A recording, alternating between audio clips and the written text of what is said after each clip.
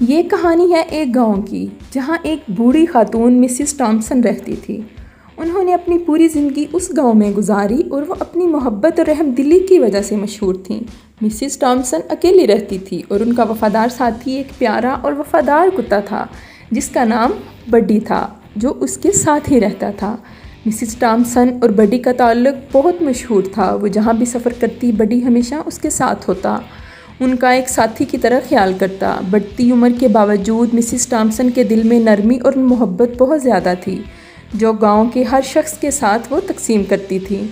ایک سردی کی شام گاؤں میں شدید طوفان آیا۔ ہوا بہت ٹھنڈی تھی اور برف بھی پہاڑوں پر مزید بڑھ گئی، جس کی وجہ سے کسی کو بھی اپنے گھر سے باہر نکلنے کا موقع نہیں ملا۔ مسز ٹامسن کی بنائی ہوئی کوٹھی بھی اس شدت سے برف سے ڈھانپ گئی۔ بجلی نہ ہونے کی وجہ سے برف سے ملنے والی ٹھنڈ کو وہ کسی طریقے بھی روک نہیں پا رہے تھے اور درجہ حرارت بھی بہت کم ہو گیا تھا۔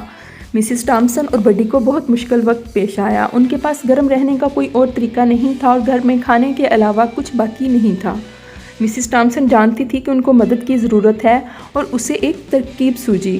اس نے ایک جذباتی خط لکھا اور اسے بڈی کے گلے میں باندھ دیا اور بڈی کو ہدایت کی، اسے یقین دلایا کہ بڈی کسی کو ان کی مدد کرنے کے لیے لے آئے۔ انہوں نے بڈی کو کہا، جاؤ، جا کر مدد لاؤ، میرے پیارے دوست، براہ کرم کسی کو یہاں لے آؤ جو ہمیں بچا سکے۔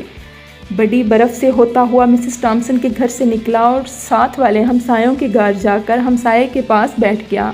ہمسائے کا نام علی تھا۔ جیسے ہی علی نے خط پڑھا، وہ ان کی مدد کرنے کے لیے مسز ٹامسن کے گھر آ گیا۔ علی نے مسز ٹامسن کے گھر تک راستہ کھودا اور برف ہٹائی اور مسز ٹامسن اور بڈی کے لیے کھانے پینے کا انتظام کیا اور سردی سے بچنے کے لیے کچھ لکڑیاں بھی انہیں جلا کر دیں تاکہ وہ آگ تاپ سکیں۔ مسز ٹامسن نے اپنے پڑوسی کی مہمان نوازی کی بہت تعریف کی، ان کے پیارے ہمسائے کی مہمان نوازی کا شکریہ ادا کیا۔ برف کے طوفان میں بچنے کی یہ داستان مسز ٹامسن، بڈی اور مسٹر علی کی پورے گاؤں میں پھیل گئی۔ یہ کہانی ہمیں یاد دلاتی ہے کہ حقیقی دوستیاں اور رشتے ہمیں سب سے مشکل وقتوں میں بھی ساتھ نہیں چھوڑتے۔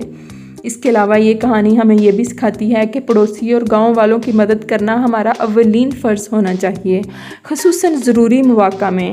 مسز ٹامسن، بڈی اور مسٹر جانسن کی یہ کہانی ان کے گاؤں میں معاونت اور برادری کی قدر کو ظاہر کرتی ہے۔